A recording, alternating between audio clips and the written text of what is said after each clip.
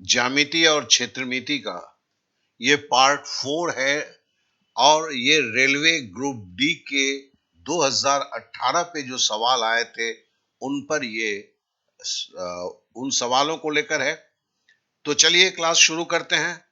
और मैंने जैसे बोला हुआ था कि अगर 8 पार्ट तक में आपका ज्यामिति और क्षेत्रमिति में शायद ही कुछ सवाल रहेंगे जो रेलवे ग्रुप डी में पूछे गए हैं और आपको नहीं आता हो। तो चलिए क्लास शुरू करते हैं।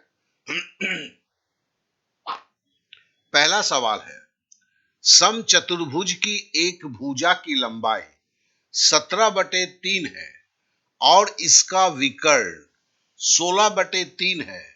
दूसरे विकर्ण की लंबाई ज्ञात कीजिए। तो पहले समचतुर्भुज होता क्या है उसे जान लें।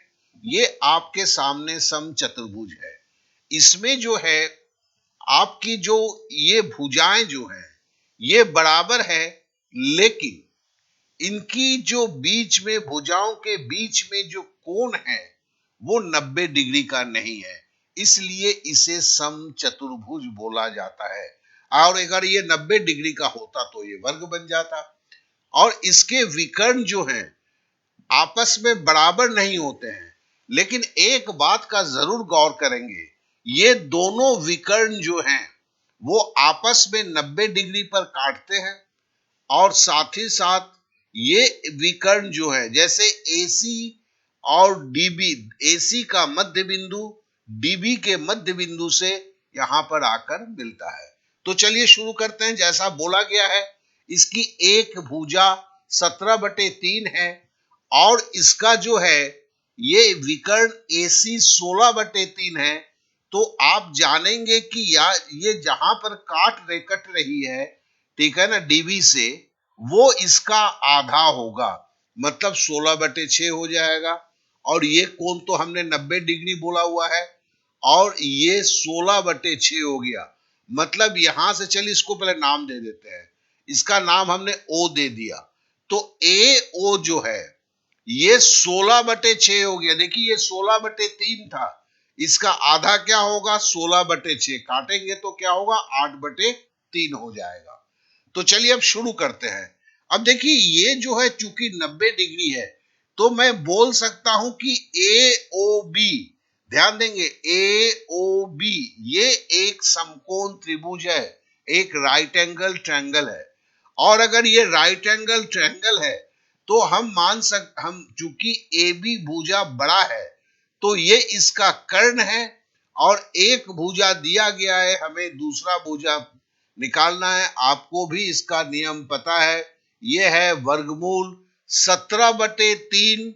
ये भुजा कर्ण का स्क्वायर माइनस भुजा का स्क्वायर 16/6 का स्क्वायर, मतलब 17/3 का स्क्वायर माइनस 2 से 16 काट दिया, 8/3 का स्क्वायर। इसको अगर हम सलटाएंगे तो होगा, देखो नीचे 9 होगा, ऊपर 289 माइनस 64 होगा। और इसका मतलब है 289 से 64 घटाएंगे तो 225/9 का वर्गमूल होगा। अब 9 से अगर 225 को काटेंगे तो 25 होगा, 25 का वर्गमूल निकालेंगे तो 5 होगा। तो देखिए इस तरह हमें पता चल गया कि यहां पर O से B, ये OB का जो मान है ये 5 है। और देखिए DB जो है ये चूंकि ये विकर्ण इसे काट रहा है तो हम जानते हैं OB आधा होगा DB का, क्योंकि हमने पहले ही बोला है किसी भी समचतुर्भुज के दोनों विकर्ण आपस में मध्य बिंदु पर कटते हैं। तो इसका मतलब DB जो है वो 5 का दुगुना हो जाएगा, अर्थात 10 सेंटीमीटर हो जाएगा। ये DB जो है, OB चूंकि 5 है, DB इसका दुगुना 10 सेंटीमीटर हो जाएगा, अर्थात इसका 4 नंबर इसका जवाब होगा। ये जो सवाल था रेलवे ग्रुप डी CBT परीक्षा 24/9/2018 को शिफ्ट 2 में पूछा गया था। तो आशा करता हूं ये सवाल समझ गए हैं। और इसी परीक्षा में समचतुर्भुज पर एक और सवाल पूछा गया था, चलिए उसे देखते हैं। ये बोला गया यदि किसी समचतुर्भुज की एक भुजा और दो में से एक विकर्ण प्रत्येक 16 सेंटीमीटर है, मतलब एक भुजा भी 16 सेंटीमीटर है और एक विकर्ण भी 16 सेंटीमीटर है, तो समचतुर्भुज का क्षेत्रफल कितना होगा। देखिए पहले दूसरा विकर्ण के बारे में पूछा हुआ था, अभी समचतुर्भुज का क्षेत्रफल के बारे में पूछ रहा है, तो वही समचतुर्भुज को फिर से हम बना लेते हैं और अब जो दिया गया उसके अनुसार काम करते हैं। तो यहां पर ए बी बोला गया है 16 सेंटीमीटर और हम जानते हैं कि चूंकि दोनों विकर्ण काटेंगे तो ये आपस में 90 डिग्री पर काटेंगे, ये पहले ही हमने बताया हुआ है। और यहां पर ये 16 सेंटीमीटर हो गया और जो है बोलता है कि दूसरा विकर्ण भी 16 सेंटीमीटर है। हम जानते हैं कि दोनों विकर्ण आपस में मध्य बिंदु पर काटता है। चलिए इस मध्य बिंदु का नाम दे देते हैं ओ। ओ पर जो है कट रहा है तो ए ओ जो होगा ए सी का आधा होगा, मतलब ए ओ जो होगा 8 सेंटीमीटर होगा। अब ए ओ 8 सेंटीमीटर है और ए बी 16 सेंटीमीटर है और ए ओ बी एक समकोण त्रिभुज है, क्योंकि इसका एक कोण 90 डिग्री है। तो हम ये बोल सकते हैं कि ओ बी, ये जो है ओ बी बराबर होगा ये कर्ण का स्क्वायर माइनस भुजा का स्क्वायर, 16 का स्क्वायर माइनस 8 का स्क्वायर, पहले भी ऐसे ही निकाला था। तो बराबर होगा 16 का स्क्वायर 256, 8 का स्क्वायर 64। 256 से अगर 64 घटाते हैं तो 192 होता है। 192 को तोड़ते हैं तो 64 गुणे 3 होता है। 64 जो है 8 का स्क्वायर है, इसलिए ओबी जो है 8√3 हो गया। अब देखिए मेरे को ओबी 8√3 हो गया और चूंकि ये ओ बिंदु पर दोनों विकर्ण के मध्य बिंदु कटते हैं तो ओबी का दुगुना होगा डीबी, तो डीबी बराबर 16√3 हो जाएगा। ठीक है ना, तो डीबी बराबर 16√3 हो गया है। तो फिर और इसका क्षेत्रफल क्या होगा, समचतुर्भुज का क्षेत्रफल। समचतुर्भुज का क्षेत्रफल निकालने का तरीका क्या है, दोनों विकर्णों का गुना इंटू 1/2। तो देखिए ये 1/2 हुआ। एक 16 AC ये विकर्ण है, दूसरा विकर्ण क्या है 16√3, मतलब 8√3 का दुगुना। तो हमें यह करना है, तो 2 से 16 को काटा 8, 8 से 16 को गुना करेंगे तो 128, तो 128√3 अर्थात ऑप्शन नंबर 1 इसका उत्तर होगा। तो आशा करता हूं कि यह सवाल भी आप अच्छी तरह समझ चुके होंगे। चलिए अब अगले सवाल पे चलते हैं। बोलता है एक अर्धवृत्त में ए और सी व्यास के सिरों को इंगित करता है। देखिए यह शब्द जो है ना उसे आपको अच्छी तरह समझना होगा। एसी व्यास के सिरों को, मतलब एसी व्यास है किसी अर्धवृत्त के अंदर में है और बी अर्धवृत्त पर बिंदु है, तो कोण एबीसी होगा। तो कहने का मतलब अगर इसको मैं बनाऊं तो यही होगा। देखो एसी अर्धवृत्त, अर्धवृत्त व्यास है अर्धवृत्त का, व्यास का मतलब है कि वो आपके इससे जाएगा, केंद्र से वो गुजरेगा। केंद्र से अगर गुजरेगा तो हम पकड़ लेते हैं ये ए बी सी अर्ध व्यास है और यहां पर बी एक बिंदु है। तो ए सी से जब भी हम ये करेंगे ये आपका 90 डिग्री का कोण बनेगा।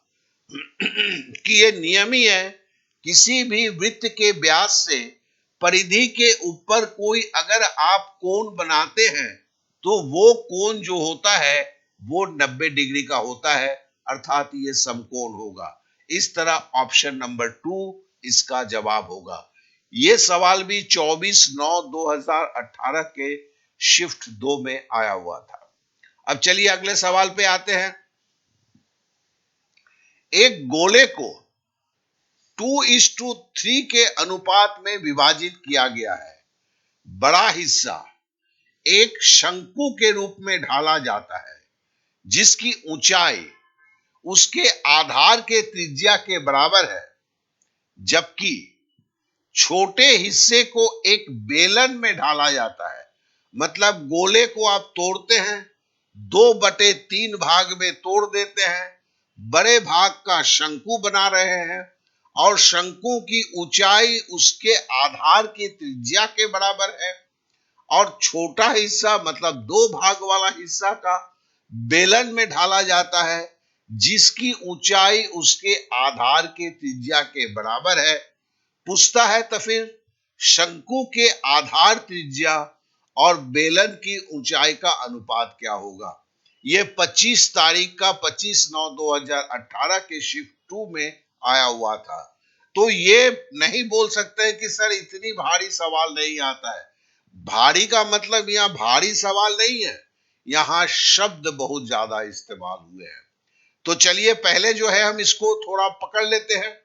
हम पकड़ लेते हैं शंकु की आधार की त्रिज्या r है, छोटा r लिखा मैंने, और वही उसकी लंबाई है, क्योंकि यहीं पे बोला गया है शंकु जिसकी ऊंचाई उसके आधार की त्रिज्या के बराबर है, तो जिसकी ऊंचाई h आधार के त्रिज्या r के बराबर है, यही मैंने लिखा है। फिर दूसरा बोलता है बेलन के बारे में। बेलन का भी वही है, उसकी ऊंचाई आधार के त्रिज्या के बराबर है। तो यहां पर हमने शंकु में छोटा r लिखा, बेलन में हमने बड़ा R लिखा, शंकु में हमने छोटा h लिखा, बेलन में हमने बड़ा H लिखा, जिससे कोई कंफ्यूजन नहीं हो। अब हम इस सवाल को सॉल्व करते हैं। अगर हम गोले को 2:3 में विभाजित कर रहे हैं तो सीधी बात है, गोला को विभाजित करना मतलब कि गोला टुकड़े में बंट जाएगा ना, तो आयतन भी उसका 2:3 में विभाजित होगा। ये तो अति स्वाभाविक बात है। इसे करने के लिए तो यार ज्यामिति क्षेत्रमिति की ज्ञान की कोई जरूरत नहीं है। क्या है कि जिस तरीके से आप तोड़ेंगे उसी हिसाब से जो है उसका आयतन भी विभाजित हो जाएगा। अब हम इसको बोल सकते हैं शंकु का आयतन अनुपात बेलन का आयतन क्या है, 3:2 है। देखो 2:3, अब 3:2 में क्यों बढ़ गया है, बड़ा हिस्सा शंकु है तो हमने इसलिए शंकु का आयतन जब लिया 3 लिया, बेलन छोटा है बोला गया है तो बेलन का 2 ले लिया। इसके लिए 2:3 के जगह इसको 3:2 लिख दिया। अब शंकु का आयतन का फॉर्मूला क्या है, 1/3 पाई r3, और शंकु का त्रिज्या हमने r छोटा लिया है इसलिए छोटा r3, ठीक है ना। और बेलन का क्या है, बेलन का पाई h3, ठीक है ना। अब हमने इसमें से जो क्या किया, देखो पाई पाई काट दिया और 1/3 था ना, इधर चला जाएगा तो क्या होगा, 9 होगा। तो मेरे को क्या निकलेगा, पाई पाई काट दूंगा तो r3:h3 9:2। भैया ये 9 कहां से आ गया, ये 1/3 था, बराबर का ये किया समीकरण का पक्षांतर विधि से, ये 3 जो है यहां 3 से गुणा होके 9:2 हो गया। तो r3:h3 बराबर 9:2 हुआ, ठीक है ना। तो अगर मैं इसका घनमूल निकालता हूं तो r/h होगा, घनमूल निकालूंगा तो ये घनमूल 9 हो जाएगा, घनमूल 2 हो जाएगा। देखो ये r घन h घन बराबर 9:2 था, तो r का घनमूल h का घनमूल क्या होगा, 9 का घनमूल 2 का घनमूल होगा, जो तुम्हारा ऑप्शन 1 है, इसलिए ऑप्शन 1 इसका उत्तर होगा। तो देखें ये सवाल जितना भी टिपिकल लगता था देखने में, वास्तव में उतना टिपिकल नहीं है, और ऐसे सवाल पे प्रैक्टिस होना जरूरी है। चलिए अब अगले सवाल पे चलते हैं। बोला गया है एक चतुर्भुज के 2 कोनों में से प्रत्येक का मान 65 डिग्री है, दूसरे 2 कोण भी बराबर हैं, इन कोनों का मान ज्ञात कीजिए। भैया किसी भी चतुर्भुज का चार कोण मिला के कितना होता है, चारों अंतः कोण मिला के कितना होता है 360 डिग्री। और ये दो कोण कितने हैं 65 65 130 डिग्री। तो हमने 360 डिग्री से 130 डिग्री घटा दिया, तो हमें ये दोनों कोणों का योगफल मिला, और वो योगफल कितना हुआ 230 डिग्री। अब चूंकि ये दोनों दूसरे दो कोण भी बराबर हैं, इसका मतलब एक कोण का मान निकालने के लिए 230 को 2 से भागा दे देंगे। तो चलिए हमने 230 डिग्री को 2 से भागा दे दिया, तो बराबर 115 डिग्री हुआ। तो कहने का मतलब है ये दोनों कोण जो है 115 डिग्री के हैं। तो इसका मतलब ऑप्शन 3 जो है इसका उत्तर हुआ। तो इस तरह से ये सवाल भी अत्यंत ही आसान सवाल था। ये 3/10/2018 के शिफ्ट 2 में पूछा गया था। चलिए अब अगले सवाल पे आते हैं। बोलता है एक आयताकार डिब्बे की माप 2:3:5 के अनुपात में है। यदि कुल सतह क्षेत्र 6200 वर्ग सेंटीमीटर है, तो घनाभ के आयाम ज्ञात कीजिए। घनाभ के आयाम मतलब किसी भी घन के अब लंबाई चौड़ाई और ऊंचाई होता है, तो बोलता है कि लंबाई चौड़ाई और ऊंचाई के बारे में बताइए। तो फिर देखो आयताकार डिब्बा है, ठीक है ना, आयताकार अगर डिब्बा है तो मतलब इसकी लंबाई होगी, इसकी ऊंचाई होगी, इसकी चौड़ाई होगी। तो देखो यहाँ 2:3:5 लिखा है, मैंने 5x इसे ले लिया, ऊंचाई हमने 3x ले लिया, और चौड़ाई हमने 2x ले लिया। अब ऐसी स्थिति में क्या होगा, बोलता है इसके कुल सतह क्षेत्र। अब सतह क्षेत्र क्या है, देखो ये लंबाई चौड़ाई से बना हुआ एक सतह क्षेत्र है, ये लंबाई ऊंचाई से बना हुआ एक सतह क्षेत्र है।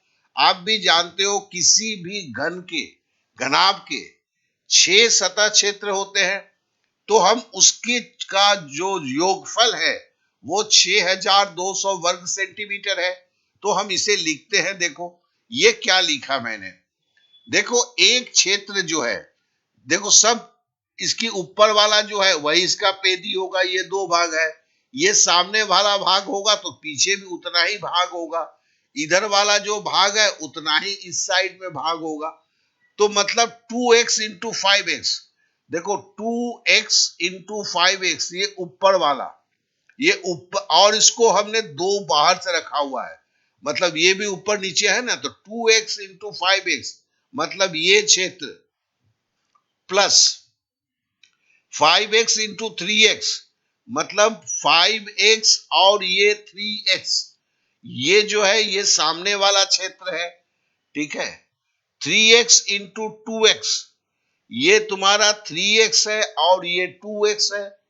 तो ये क्षेत्र, ये तीनों क्षेत्र जब है मतलब जुड़ते हैं और दो से भी गुना होता है तो 6200 है। देखो 5 दूनी 10, 5 तिया 15, 25, 25 और 3 दूनी 6, 25 और 6 31। तो हम लिख सकते हैं 2 इंटू 31 एक्स स्क्वायर, क्यों एक्स को एक्स से गुणा करेंगे तो स्क्वायर हो जाएगा, ये बराबर 6200 हुआ, ठीक है ना। तो अगर मैं 31 को 2 से गुणा कर देता हूं ये 62 हो जाता है, 62 एक्स स्क्वायर बराबर 6200, 62 अगर काट देता हूं तो एक्स स्क्वायर बराबर 100 हो गया। अगर एक्स स्क्वायर का वर्गमूल निकालता हूं तो एक्स होता है, 100 का वर्गमूल निकालता हूं तो 10 होता है, तो एक्स बराबर 10 हो गया। तो इसका मतलब क्या हुआ, ये 5x मतलब 5 गुने 10 50, ये 3x बराबर 3 गुने 10 30, ये 2x मतलब 2 गुने 10 20। इस तरह जो है घनाभ के आयाम क्या हुए वही देखो मैंने लिखा है, 2x 2 गुने 10 20 सेंटीमीटर, 3x 3 गुने 10 30 सेंटीमीटर, 5x x का मान 10 है तो 5 गुने 10 50 सेंटीमीटर।